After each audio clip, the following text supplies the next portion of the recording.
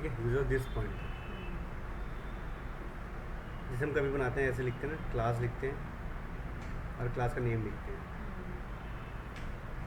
और फिर यहाँ पे कोई वेरिएबल लेते हैं एक्स के नाम से, ठीक है, और इस वेरिएबल के अंदर वैल्यू एक्सेस करने के लिए या इस है ना वैल्यू डालने के लिए हम कोई ना कोई फंक्शन बनाते हैं या फिर कंस्ट्रक्टर बनाते हैं, ठीक है। जैसे फंक्शन बनाते हैं सेट एक्स के नाम से,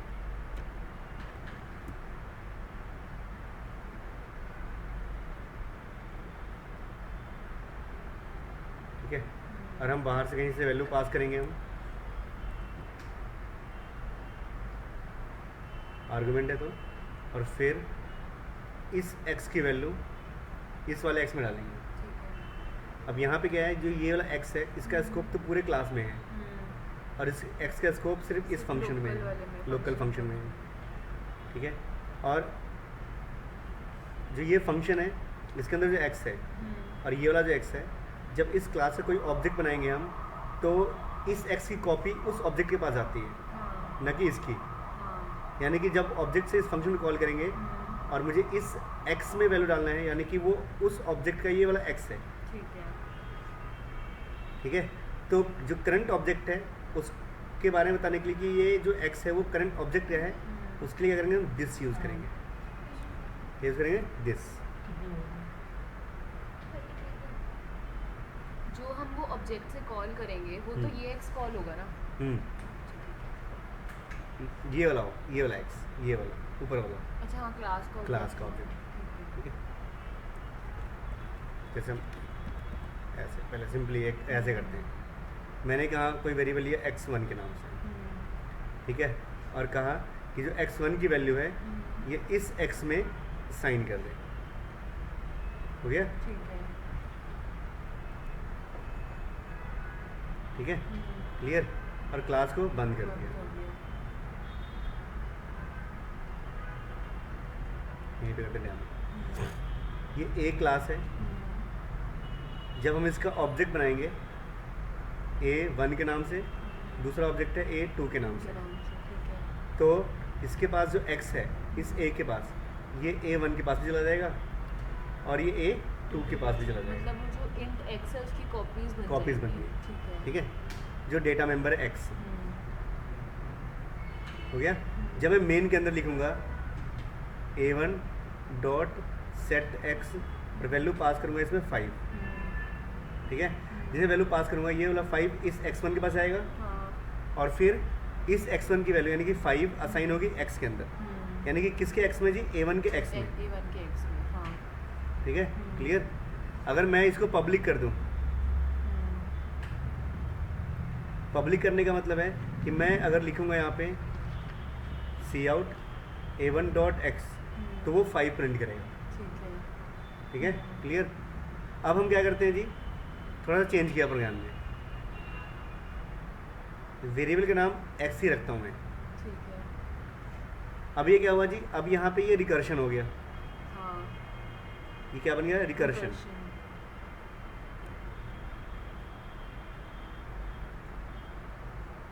ठीक है, रिकर्शन। अब इस रिकर्शन से क्या हुआ, एम्बिग्यूटी।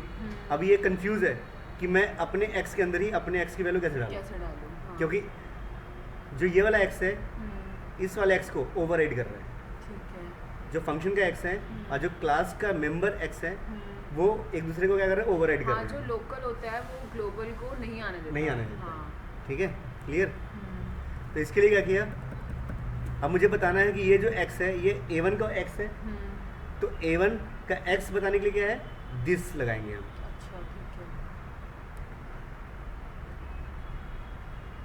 जब मैं लिखूंगा दिस का x, अब ये दिस ऑटोमेटिकली किसको पॉइंट करेगा जी, A1 को, ठीक है, दिस पॉइंट टू A1। अब इसका मतलब क्या है कि 5 डाल दिया यहाँ पे, 5 गया और 5 यहाँ पे, और ये वाला x ये वाला x है, लेकिन जो ये x है ये वाला x है, यानी कि दिस मतलब जो A1 है A1 के x में डाल दे इस x की वैल्यू, ये दिस का यूज है, ठीक है, हो गया। नेक्स्ट है आपका फंक्शन ओवरराइडिंग।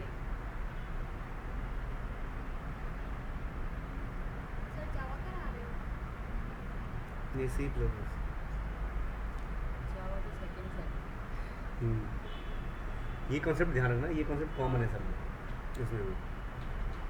तो मैं छुट्टियों में ही आ जाऊंगी। हाँ ठीक है, फंक्शन ओवरराइडिंग है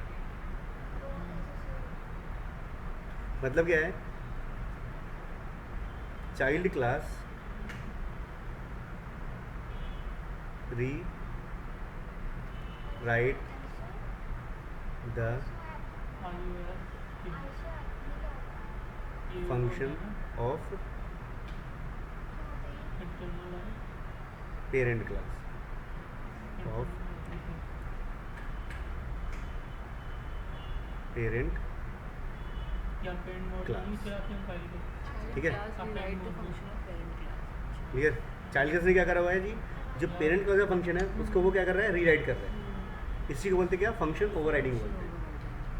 जैसे यहाँ पे क्या था, एक तरीके से डेटा मेंबर ओवरराइडिंग था। इनहेरिट कर रहा है। हाँ, जैसे वेरिएबल है, हाँ। ये वेरिएबल क्या कर रहा है, ये ओवरराइड तो कर रहा है ये। हाँ। यानी कि जो एक फंक्शन है वो अपने क्लास के, है ना, जिस क्लास के अंदर है वो अपने क्लास का जो डेटा मेंबर है उसकी के नाम से दोबारा से अपने अंदर लिख लेता है वो। हाँ। ठीक है, हुआ ओवर राइडिंग है। हाँ। ठीक है, लेकिन यहाँ पे फंक्शन ओवर राइडिंग कर रहे हैं यहाँ पे, यानी कि चाइल्ड क्लास ने क्या करा हुआ है जी, पेरेंट क्लास के फंक्शन को दोबारा से लिख लिया। ठीक है, रीराइट कर लिया। जैसे कोई क्लास है ए के नाम से, उसके अंदर फंक्शन है एफ, और इसका कोई चाइल्ड क्लास है,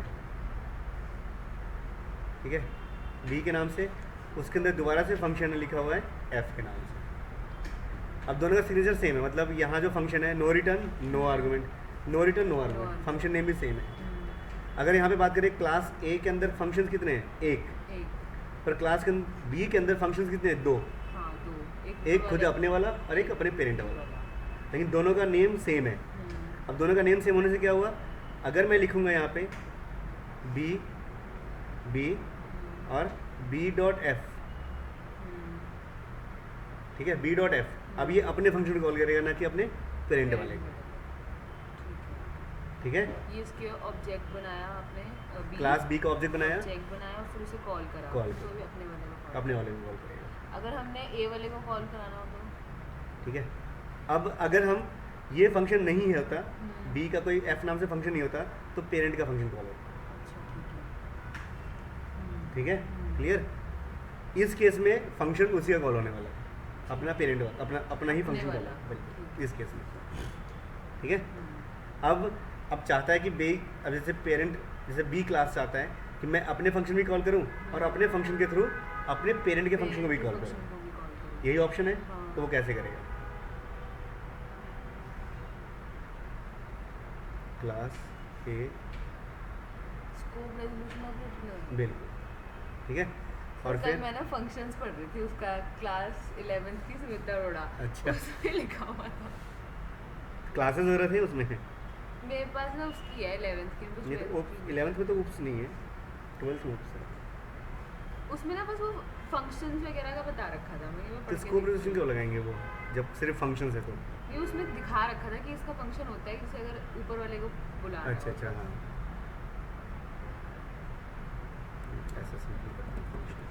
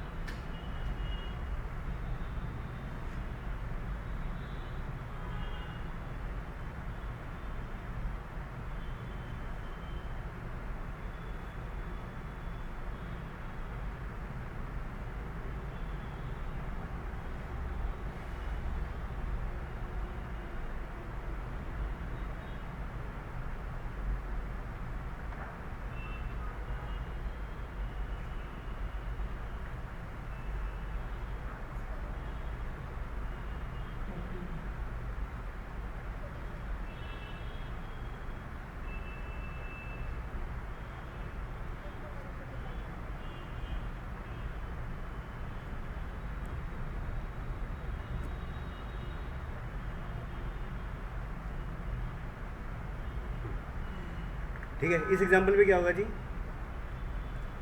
ठीक है, क्लास ए है, उसका एक एफ नाम का फंक्शन है, उसके अंदर एक लाइन लिखा हुआ है जो भी, या फिर कुछ भी डेफिनेशन हो सकता है फंक्शन के अंदर, और क्लास ए के फंक्शन को क्लास बी ने इनहेरिट कर लिया। ठीक है, यानी कि क्लास ए का जो मेंबर है वो क्लास बी का बन चुका है। अब चूँकि हम पब्लिकली इनहेरिट कर रहे हैं, इसका मतलब है कि वो आगे भी एक्सेसिबल होगा। ये करा रखा ना पब्लिक एक्सेसिबिलिटी का। ठीक है,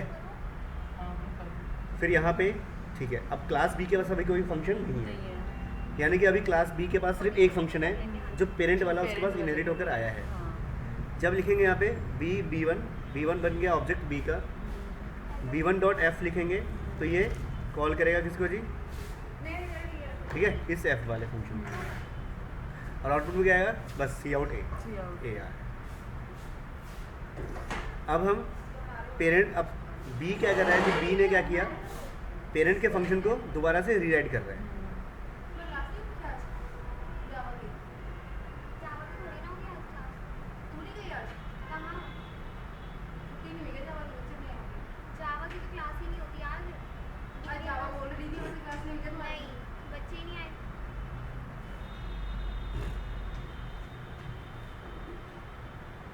ठीक है, अब इस केस में क्या होगा जी, अब जो आउटपुट आएगा वो सी आउट बी का आएगा, मतलब अब जो बी प्रिंट करेगा, यानी कि जो क्लास बी है सबसे पहले प्रायोरिटी अपने अपने मेंबर फंक्शन की देगा, उसके बाद अपने पेरेंट की। लेकिन अपना मिल गया तो कॉल कर दिया, खत्म। इसे भी फंक्शन ओवरराइडिंग कह सकते हैं। यही फंक्शन ओवरराइडिंग है, यही फंक्शन ओवरराइडिंग है, पिछला नहीं था। इससे पहले जो, मतलब जब तक चाइल्ड ने अपने पेरेंट के फंक्शन को दोबारा से रीराइट नहीं किया तब तक वो ओवरराइड नहीं होगा। ठीक है, अब यहाँ पे ठीक है, और अब क्लास बी चाहता है कि मैं अपने पेरेंट के फंक्शन को भी कॉल करूँ, और ऐसे लिखने क्या होगा, रिकर्शन हो जाएगा ये, क्योंकि फिर क्लास बी के अंदर एफ का मतलब क्या है, खुद के फंक्शन को कॉल करना। तो यहाँ पे स्कोप रिलेशनशिप ऑपरेटर लगा के कॉल करेगा। अब ये क्या होगा, इसका आउटपुट क्या आएगा, b1 डॉट एफ का मतलब है कि पहले मतलब हमें मतलब ये लिखना पड़ेगा, यहाँ पे लिखना पड़ेगा कि अब ये जो एफ नाम का फंक्शन है वो उसका पेरेंट का फंक्शन है, ए का फंक्शन। ठीक है, अब जब b1 डॉट एफ कॉल करेंगे तो सबसे पहले एफ का फंक्शन चाइल्ड वाला कॉल होगा, बी वाला। अब बी ने अपने पेरेंट के फंक्शन को कॉल कर देगा। ठीक है, यानी कि आउटपुट में पहले ए लिखाएगा फिर बी लिखाएगा। फिर एक बार और बताना है। ठीक है, जैसे b1 डॉट एफ का फंक्शन, b1 डॉट एफ ने फंक्शन कॉल किया, ठीक है, जो ओवरराइडर फंक्शन है वो वाला कॉल होगा। उसके अंदर जाते ही क्या लिखा हुआ है, ए क्लास ए का एक फंक्शन इसका एफ है वो कॉल हो, यानी कि कर्सर कहाँ जाएगा जी, पीछे इस वाले पेरेंट के पास जाएगा, और यहाँ पे सी आउट ए, फिर वापस कंट्रोल रिटर्न होके कहाँ आएगा, कॉलिंग फंक्शन के अंदर। फिर यहाँ पे अगला स्टेटमेंट क्या है, सी आउट बी, यानी कि ए और बी दोनों आउटपुट में है। ये आपका क्या है, फंक्शन ओवरराइडिंग है। फंक्शन ओवरराइडिंग में सिग्नेचर सेम होनी चाहिए। ठीक है, ठीक है, अगर मतलब उसका नाम सेम होना चाहिए। बिल्कुल, अगर सपोज करो यहाँ पे अगर मैंने इंट एक्स लिख दिया तो वो ओवरराइडिंग नहीं कहलाएगा। इंट एक्स लिख दिया, अब ये ओवरराइडिंग नहीं है। ठीक है, ओवरलोडिंग हो गया। ओवरलोडिंग तो विद इन द क्लास होता Within है। the class। हाँ, ठीक है, वो उसके अंदर। हाँ, लेकिन क्लास बी के लिए एक तरीके से ओवरलोडिंग होता है वो, क्योंकि क्लास बी का दो फंक्शन हो गए, एक एफ बिना आर्गुमेंट वाला और एक सिंगल आर्गुमेंट, बेशक वो इनहेरिट होकर आ रहा है। हाँ, म्यूटेबल, हाँ एक वर्ड यूज करते हैं, mutable. Mutable data member, mutable class, ऐसे होते हैं। अच्छा, एडिटेबल जो, हाँ ठीक है, नेक्स्ट पॉलीमॉर्फिज्म। सर ये मुझे आज तक समझ नहीं आया ये है क्या। ये मैम दिमाग खराब करती रहती है इसको। अच्छा, पॉलीमॉर्फिज्म अकॉर्डिंग टू पॉलीमॉर्फिज्म। वो तो वर्चुअल फंक्शन करा रही है, है वर्चुअल फंक्शन, फ्रेंड फंक्शन।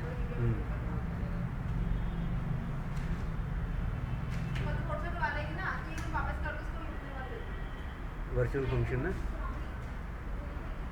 ये है ना फ्रेंड फंक्शन। अच्छा, इसके अंदर इतना ये जो पॉलीमॉर्फिज्म वर्चुअल फंक्शन।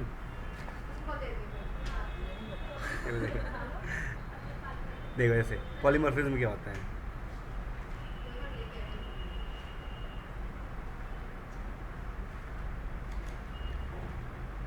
ठीक है, पॉली का मतलब है मैनी और इसका मतलब है मीनिंग। ठीक है, मतलब बहुत सारे मतलब।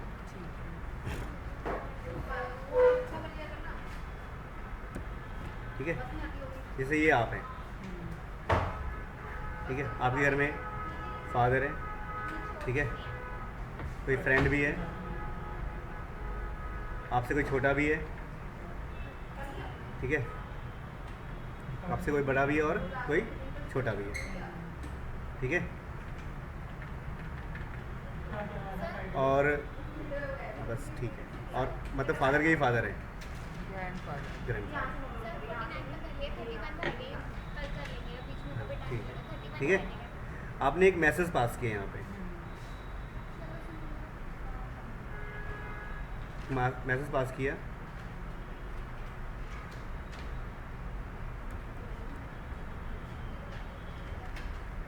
ग्लास ऑफ वाटर, मैसेज ये पास किया। क्लास के अंदर जो फंक्शंस होते हैं वो मैसेज ही तो होते हैं, ठीक है, क्लास के अंदर जो फंक्शंस होते हैं वो क्या होते हैं, मैसेज। क्यों ऑब्जेक्ट डॉट मैसेज पास करते हैं तभी तो वो कोई ना कोई एक्शन परफॉर्म करता है।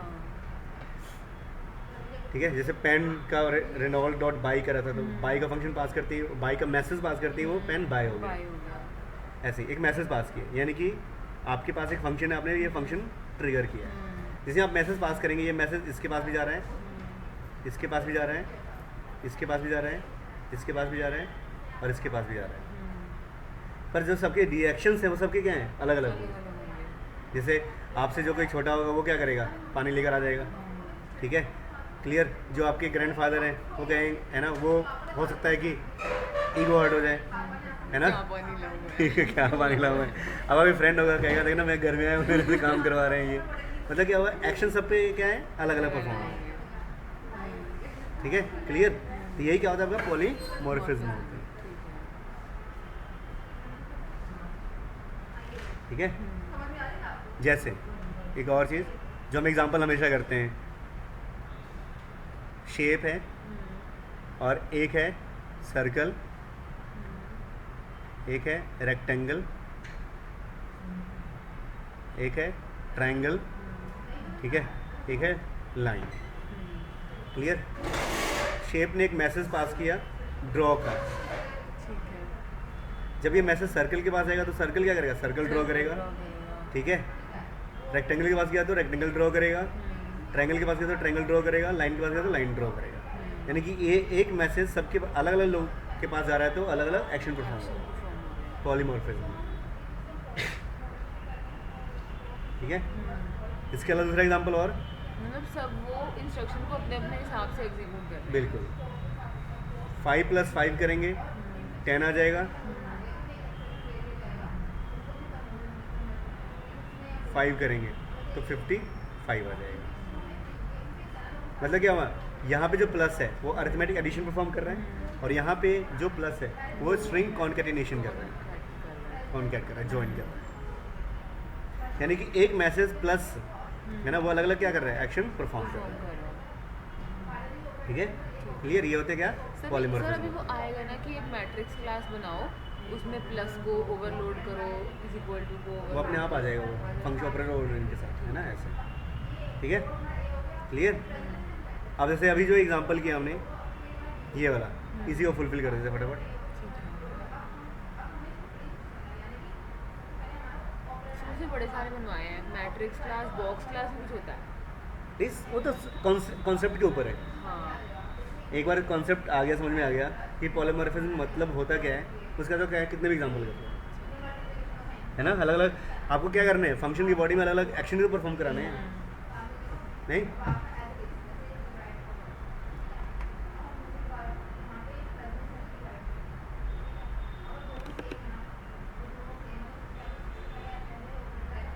क्लास, शेप,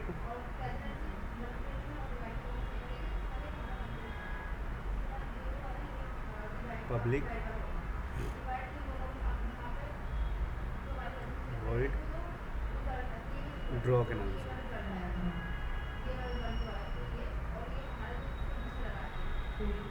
सी आउट, शेप।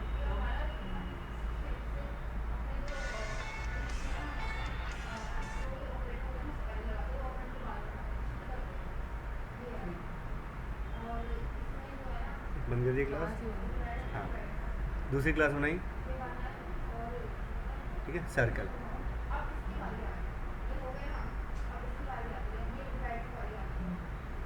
और पब्लिक पूरा लिखेंगे, है ना, शेप।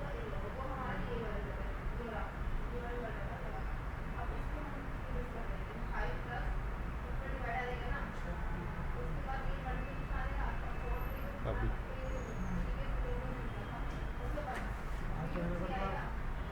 void draw,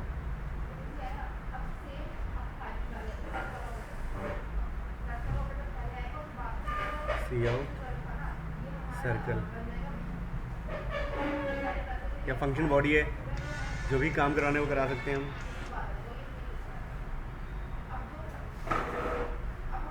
ठीक है, क्लास रेक्टेंगल पब्लिक शेप।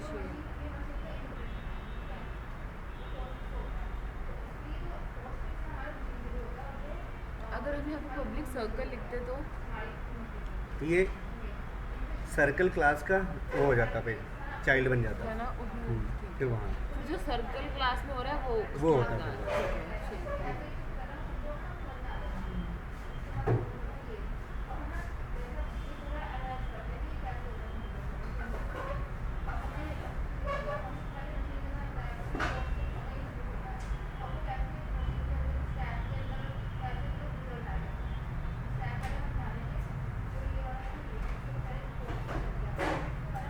ठीक है।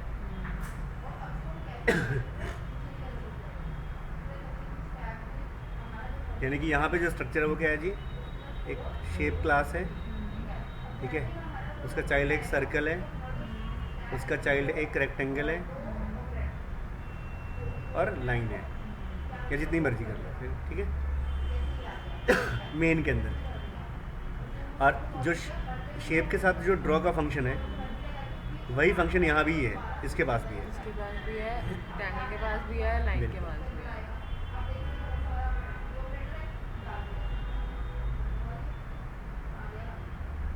ठीक है, ठीक है, ड्रॉ के बाद मेन के अंदर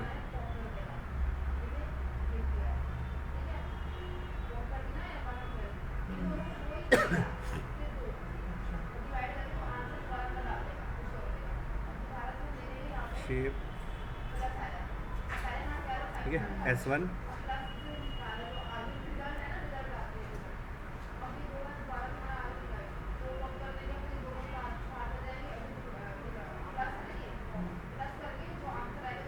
सर्कल C1, सर्कल का ऑब्जेक्ट, शेप का ऑब्जेक्ट, रेक्टेंगल का ऑब्जेक्ट R1। ठीक है। लाइन का भी बना लो कुछ। ठीक है, लाइन का बना लो, है ना, जितने भी हैं बना सकते क्लासेस आगे।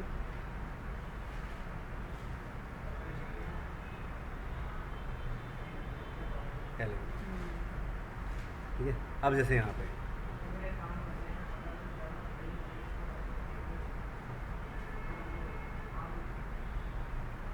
अब इस केस में देखा जाए तो एक तरीके से क्या है आपका,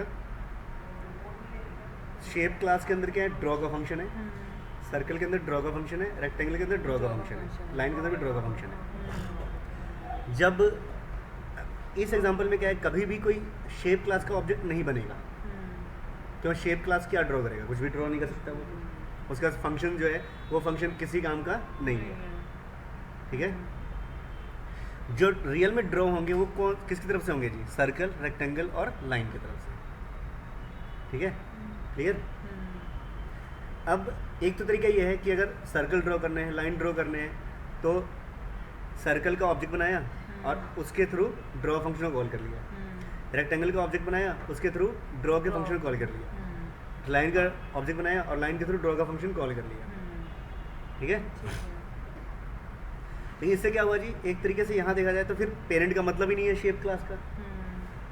इस कॉन्सेप्ट में जो पेरेंट क्लास है शेप, उसका मतलब ही नहीं है, आप मत बनाओ फिर शेप क्लास, है ना। डायरेक्टली ये चारों जो क्लासेज होंगे, 5-6 classes, circle, rectangle, line, square, ये सब क्या है, इनको बनाओ इंडिपेंडेंट तरीके से, हाँ। उनके अंदर फंक्शंस ड्रॉ कर लो और फिर कर लिया। कॉल कर लो। लेकिन यहाँ पे फिर भी हम ऐसा क्यों कर रहे हैं, क्योंकि यहाँ पे जो एक कॉन्सेप्ट है कि शेप अपने आप में क्या है, जनरलाइज क्लास है। हाँ। जो शेप है यहाँ पे क्या है, जनरलाइज क्लास है। Generalized है। पर इस जनरलाइज क्लास के अंदर जो काम होंगे सर्कल रेक्टेंगल के थ्रू होंगे, तो क्या करा, इनकी स्पेशलाइजेशन क्लास बना दी गई। ठीक है। ठीक है, और अब बिना इसके इनहेरिटेंस के भी सर्कल रेक्टेंगल लाइन ये अलग अलग काम कर सकते थे, लेकिन यहाँ पे इनहेरिटेंस इसलिए रखा गया है ताकि जो कंट्रोल है वो शेप के पास हो। मतलब अगर सर्कल भी ड्रॉ करने हैं तो बेशक जो फंक्शन कॉल होंगे सर्कल वाले कॉल होंगे, लेकिन वो कॉल कौन करेगा, शेप। यानी कि जो फायरिंग होगी या जो ट्रिगर्स दबेगा वो किसके पास से होगा जी, शेप के पास से। यानी कि सारा कंट्रोल किसके पास है, शेप के पास होगा। वो फंक्शन उसके पास ड्रॉ है, बट अगर वो सर्कल के पास जा रहा है तो सर्कल ड्रॉ करेगा, रेक्टेंगल के पास तो रेक्टेंगल, और लाइन के पास तो लाइन। ठीक है, अब ऐसा करने के लिए एक तरीके से देखा जाए तो जो शेप क्लास के अंदर जो ड्रॉ फंक्शन है वो किसी काम का नहीं है। तो शेप क्लास कहता है कि ये ड्रॉ का फंक्शन है, ये मेरा वर्चुअल है। क्या है, वर्चुअल। ठीक है, वर्चुअल करते ही क्या होगा जी, यहाँ पे लिख दिया वर्चुअल।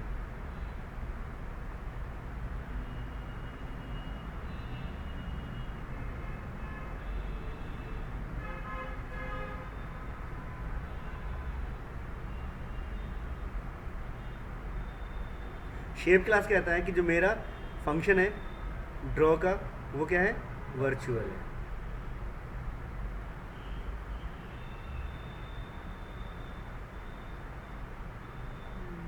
अब वर्चुअल वर्ड है ना, वर्चुअल ड्रॉ करते ही क्या होगा, अब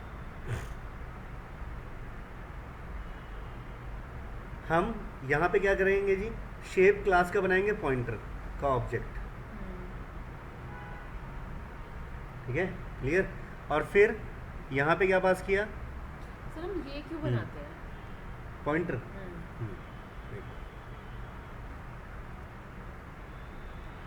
पॉइंटर क्या होता है जी, रेफरेंस बोलते हैं ना पॉइंटर। ठीक है, या दूसरे शब्दों में कह सकते हैं कि जो पॉइंटर है वो एक तरीके से डायनेमिक मेमोरी है, कंपाइल टाइम पे मेमोरी लोकेट नहीं करता। जैसे अगर यहाँ पे बनाते हैं हम सिर्फ S1,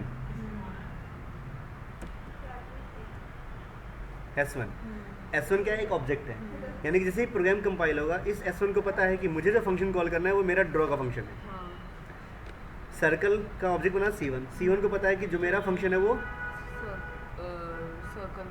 सर्कल वाला है। ठीक है, यानी कि कंपाइल टाइम पे ये बाइंड हो गया। यानी कि जब भी मैं शेप का ड्रॉ फंक्शन कॉल करूंगा तो ये शेप अपना ड्रॉ फंक्शन कॉल करेगा, बल्कि अपने चाइल्ड का नहीं। तो हम चाहेंगे जो सारे कंट्रोल हैं सर्कल रेक्टेंगल, उन सारे सभी कंट्रोल किसके पास हो, शेप के पास हो। तो शेप को बना दिया, शेप ने क्या किया जी, अपने मेंबर फंक्शन को कहा कि मेरा जो मेंबर फंक्शन है वो वर्चुअल है। उसने क्या लगाया, अपने फंक्शन से पहले वर्चुअल कीवर्ड लगा दिया। उसके बाद जो शेप क्लास है उसने अपना ऑब्जेक्ट नहीं बनाया बल्कि रेफरेंस बनाया। ठीक है, कि मुझे बस रेफर करो। ठीक है, क्लियर। और रेफरेंस का मतलब है कि शेप के S1 को नहीं पता, ठीक है, कि मुझे कौन सा फंक्शन कॉल करना है। ठीक है, वो जो भी एक्शन परफॉर्म करने हैं वो जो कॉपीज है वो कहाँ से उठाएगा, अपने चाइल्ड से उठाएगा। अब वो कैसे उठाएगा, पॉइंटर लगाते ही उसे नहीं पता कि मेरे को कहाँ जाना है। वो अपने चाइल्ड से। अब रन टाइम पे, क्योंकि जो डिक्लेरेशन होते हैं वो सब कंपाइल टाइम पे होते हैं, उसके बाद की जो स्टोरी होती है वो सब रन टाइम पे होती है। तो वो क्या करेगा जी, S1 कहेगा न्यू, ठीक है, किसका जी, सर्कल।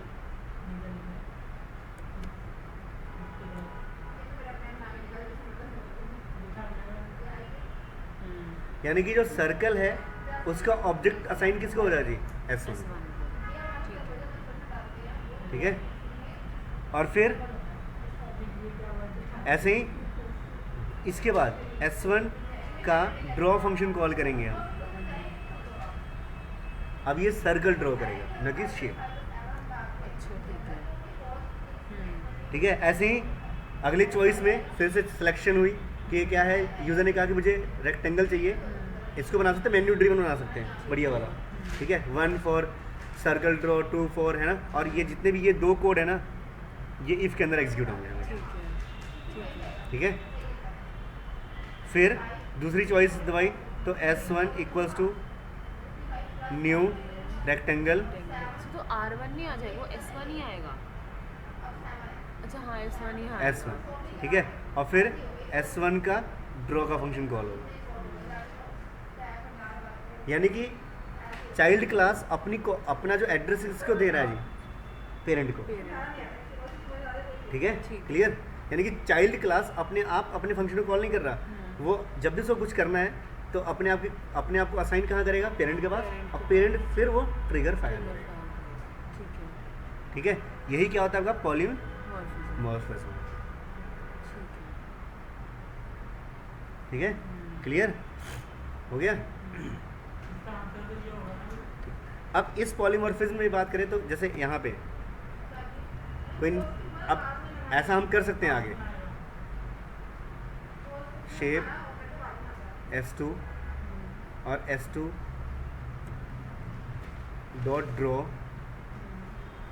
अब ये जो शेप क्लास है वो अपना फंक्शन कॉल करेगा। नहीं, अगर बात करें इस एग्जांपल की बात करते हैं हम, तो इस एग्जांपल में जो शेप क्लास है उसका तो कोई फंक्शन बचा नहीं, उसके ऑब्जेक्ट की ज़रूरत है ही नहीं, उसके ऑब्जेक्ट की ज़रूरत नहीं है। ठीक है, तो अब ऑब्जेक्ट बना देंगे तो बन जाएगा जी, ठीक है, ड्रॉ का फंक्शन भी कॉल हो जाएगा उसका। पर हम चाहते हैं कि यहाँ पे शेप क्लास एक तरीके से क्या है, अपने आप में इनएक्टिव क्लास है, उसका कोई अपना यूज़ नहीं है। वो हमेशा क्या करता है, जब भी उसको कुछ काम करना होता है तो चाइल्ड से, है ना, काम करता है, चाइल्ड को अपने पास कॉपी करता है और फिर वो काम करता है। ठीक है, तो हम चाहेंगे कि कोई ऐसा रिस्ट्रिक्शंस लगाएं कि जो पेरेंट क्लास है उसका कोई ऑब्जेक्ट नहीं बना पाए। ठीक है, क्लियर। तो क्या करेंगे, यहाँ पे हम प्योर वर्चुअल फंक्शन बना देंगे। क्या बना देंगे, प्योर वर्चुअल फंक्शन। ठीक है, और जो प्योर वर्चुअल फंक्शन बनता है वो कैसे बनेगा आपका, कि ये जो क्लास है आपकी, ठीक है, शेप क्लास का, दोबारा से लिख देते हैं हम एक बार। ठीक है, दोबारा से रीराइट करते हैं प्योर वर्चुअल फंक्शन के लिए।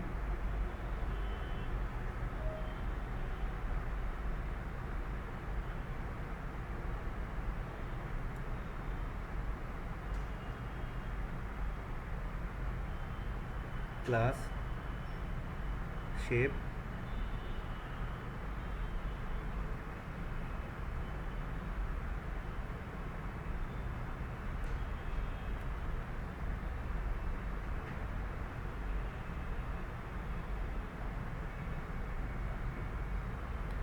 और उसको असाइन कर दिया किसी जी 0 से।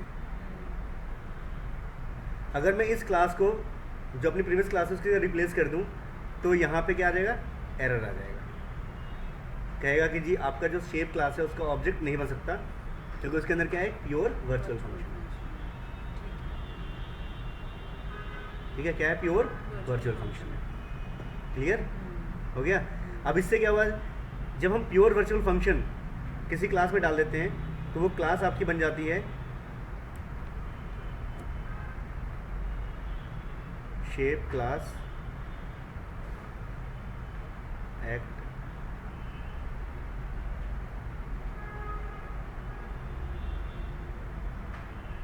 As an abstract class. ठीक है, यानी कि एब्स्ट्रैक्ट क्लास मतलब क्या हुआ कि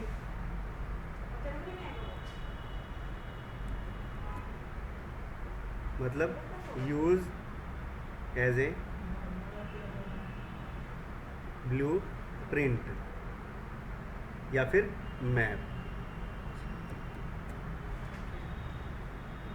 ठीक है, फॉर चाइल्ड क्लास।